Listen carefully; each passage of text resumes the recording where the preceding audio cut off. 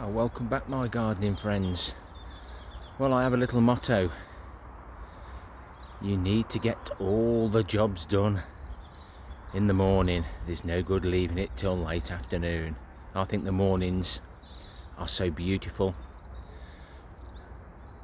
The days are short, the nights are long, so we have to make the best of it all. As we listen to the birds first thing in the morning.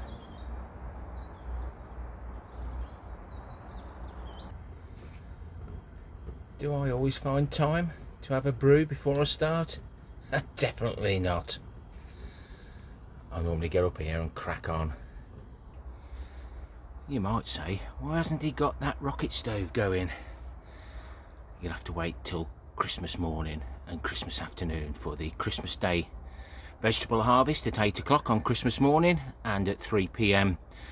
the King's Speech, an alternative message to the gardening community.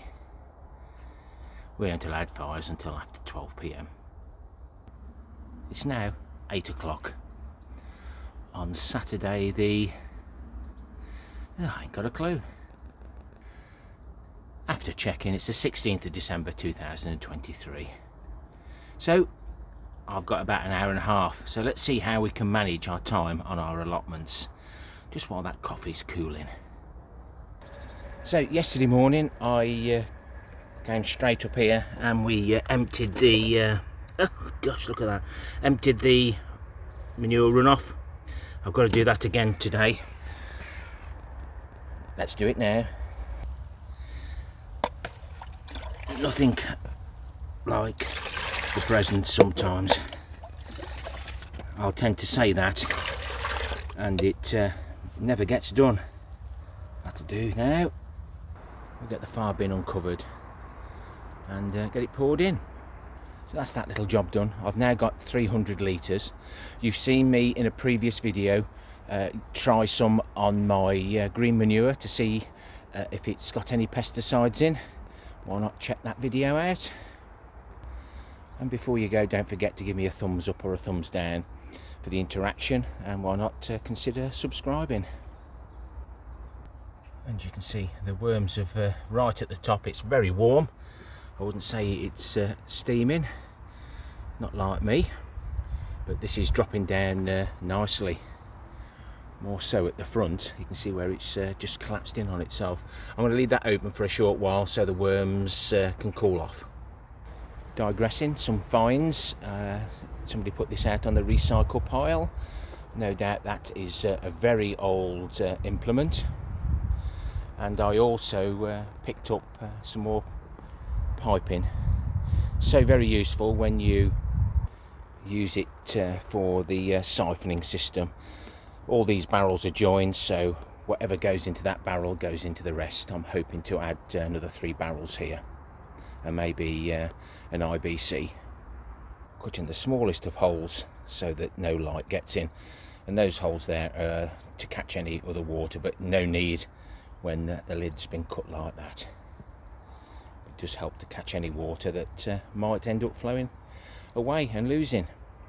The recent high winds have blown all the leaves off the raspberries, and the snow has just collapsed the cabbage cage, so that's a little job I need to do today. So back to yesterday's jobs. I've covered my brassicas. I did notice a little bit of pigeon damage. Now they are going to get hungry, especially when there's snow, cold and everything about. And the ones on the right are the purple sprouting or claret sprouting. One of the two, doesn't matter, it's all the same. All goes down the same chute. That'll be ready February, March. And then on the left we've got the Brussels sprouts, which isn't a bigger problem, but the pigeon poop is. It just gets a little bit crunchy if you don't wash it all off.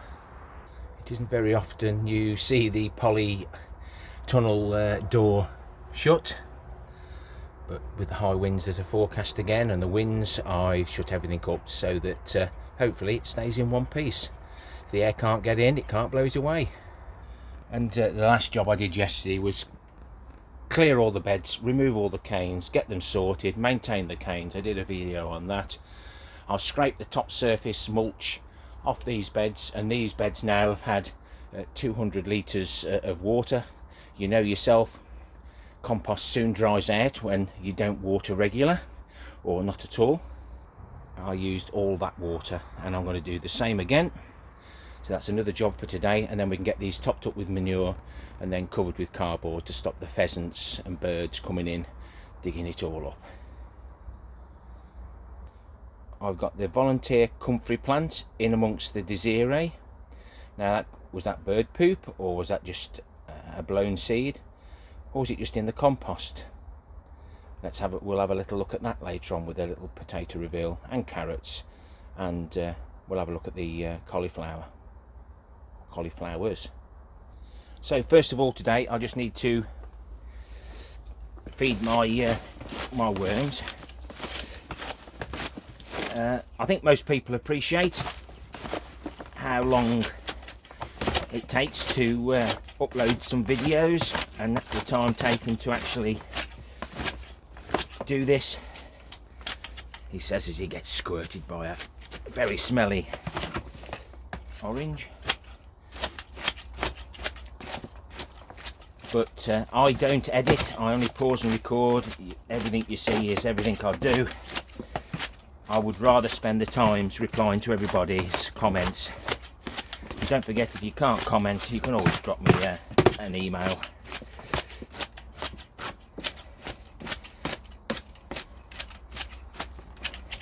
Everything goes in. The worms don't seem too fussy. I didn't used to put my onions in, but I do now. Can't be asked to flap about. So, some of the ingredients for my underground worm farms. 4-year-old leaf mould, blended eggshells. Be aware of the dust, guys.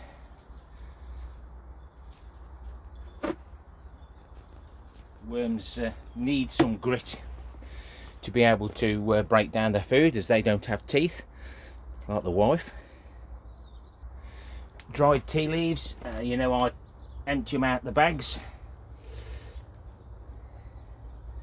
I add that to my worm bin, etc. when I have time. 4-year-old wood chips, because that's how long they've been in the box. Just makes it a little bit more appetising. Soil from molehills. This is naturally dried out. Well, it's not perfectly dry, but it's full of microorganisms. Well worth collecting to add to your growing spaces, because moles are fly tippers, because they dump it on the grass.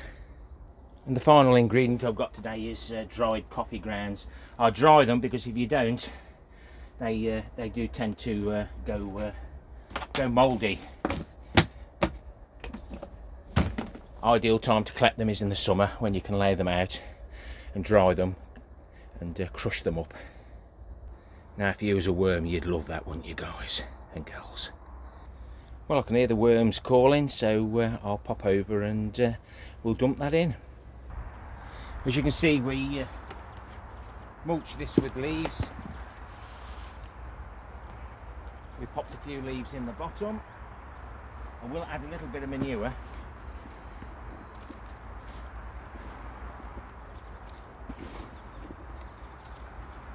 Just to add a few worms into it, if I don't see much activity. Crack on with that. That's that one job done then. Just found some worms under the leaves, so I've just added those. Looks like there's plenty of worms about, no need to add. They'll come when they smell the food. It's now 15 minutes in, it's 8:15. We haven't had any rain overnight, but it's surprising how much condensation you get off your roof spaces, especially the polytunnel. Right, next job, I need to top up these beds with another 150 odd litres of good quality rainwater. It takes such a long time for the dry compost to soak it up, so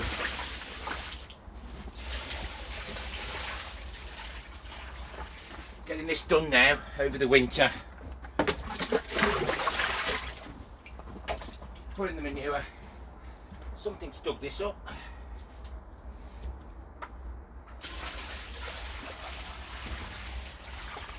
The pheasants do really like it in here. It's a nice place to be, actually. So I'll get that finished.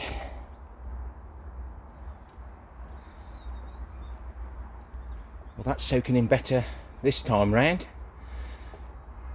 I might just leave it a bit longer before I add the manure. And with the siphoning system, this barrel inside the polytunnel is always full, or as full as it can be, from all the water barrels we've got joined together. And that hasn't even got a plug in it. So this is the first time I've grown Desiree. They were, well, planted 23rd of April. I never put the 23 on. So 23rd of April, 3 seed. They were very, very small seed, but I wasn't expecting the Comfrey plant as added bonus. This has been outside, frosted and everything. So it'll be interesting to see what we get from this. First of all, let's have a look at the brand new Comfrey plant, plus a few potatoes. So that's that Comfrey plant has grew that much in its first season, so no doubt the seed was here somewhere. It's sprouted up, broke the surface and put all those roots out. I'm going to repot that up and see if anybody on our site would like that. No guarantees whether it will spread or not. Won't be absolutely sure whether these potatoes have frosted. There's the seed. We had 3 that size. Where's my rubbish bucket? I'll just put it there for now. I know there's some in there somewhere. Just got a few marks on there, but I'll give them a swill. But I've already got my return, and I'll always save some for next year. That's not a bad reveal. A double bonus, that's my homemade compost. I left absolutely everything in, all the big sticks. There's bits of wood chip there, look, still breaking down. But it's the best way to get your compost mature. All that needs now is a few liquid plant foods, or if you don't mind buying a bit of bloodfish and bone, hoof and horn, etc. It'll make a nice free addition to your growing spaces. And of course, you can't have a potato reveal without how to clean them.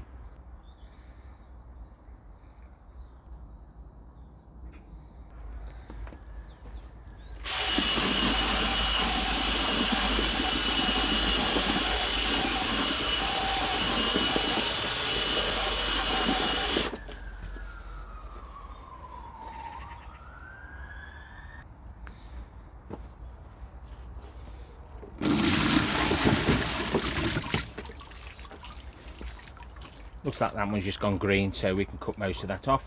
Somebody's had a little nibble, little bit of damage, but other than that, cook and straight on the plate. Leave the skin on, that's the best nutritional value you'll get out of them. While we're at it, I'll just harvested a few carrots as well. The smell of fresh veg, you can't beat it. And for those that are asking, Mrs. K doesn't want her toilet brush back.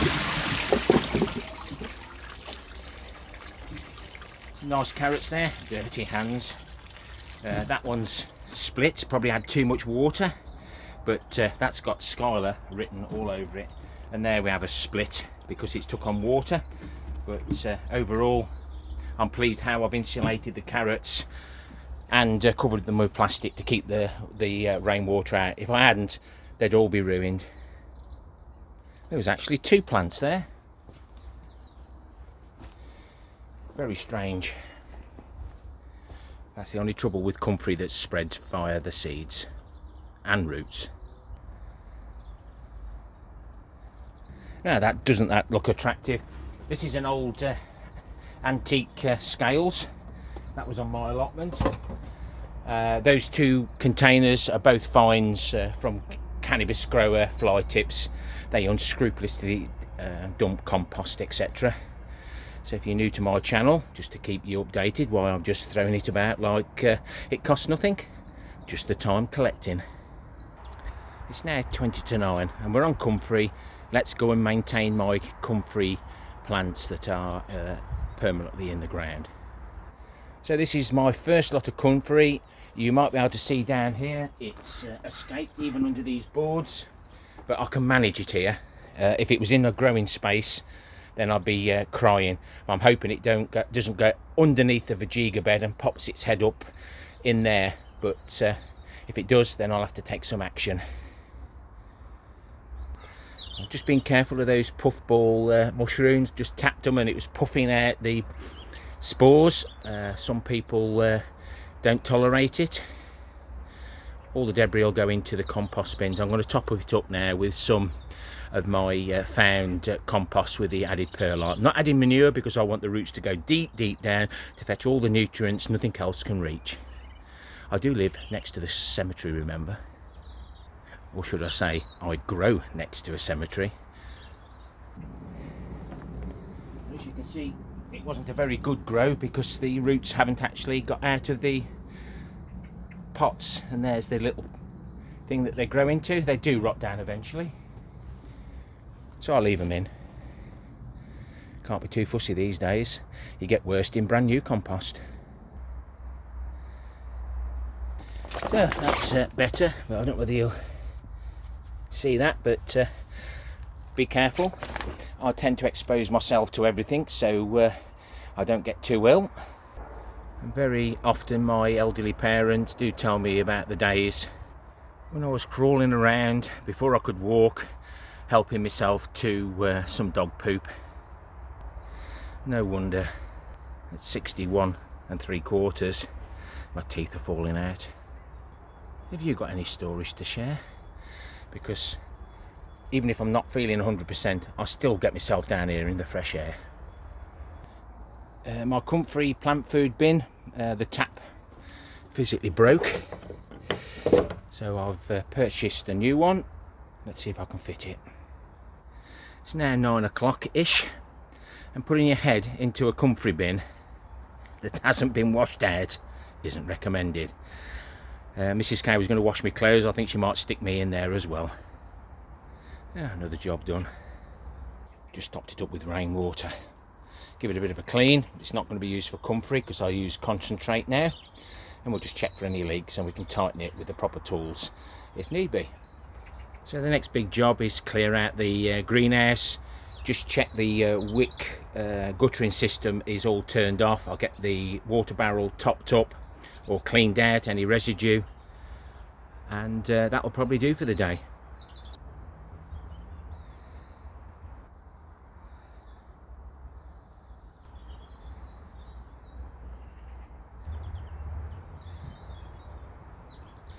I've had to take one out because it's split. These are street lamp covers. Yeah, great in the sunshine, but they don't like the wet being stuck in the ground, so they do go brittle eventually. Not going to tidy up too much because the birds will be here flicking it about looking for worms. We improved it this year by using this Corex that was being thrown away. Cut a hole in, we dipped the wick into that. There's the wick at the top, and that goes right through to the bottom. The top bit's pointed, the bottom bit is a lot wider. There's the float chamber. It's all bone dry now because the wicks have sucked every little bit of moisture up. So I think the sticks, the garden canes in here, will be fine, because that's normally a 5, 10, 15, 20 minute job to find the right canes that we put safely away and can't find them. And it'll save a bit of time. Just need to get this one back in at some time. And these little snips, we found about 4 or 5. They're absolutely ideal for around the allotment. They were in a fly tip, which is unscrupulously dumped by those little growers, or big growers, or growers that can't grow properly. which then makes it easier to break up the compost.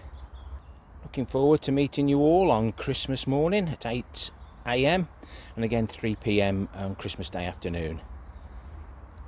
If you like the content, please consider subscribing, leave me a comment, and don't forget the thumbs up or the thumbs down for the interaction. It's very important.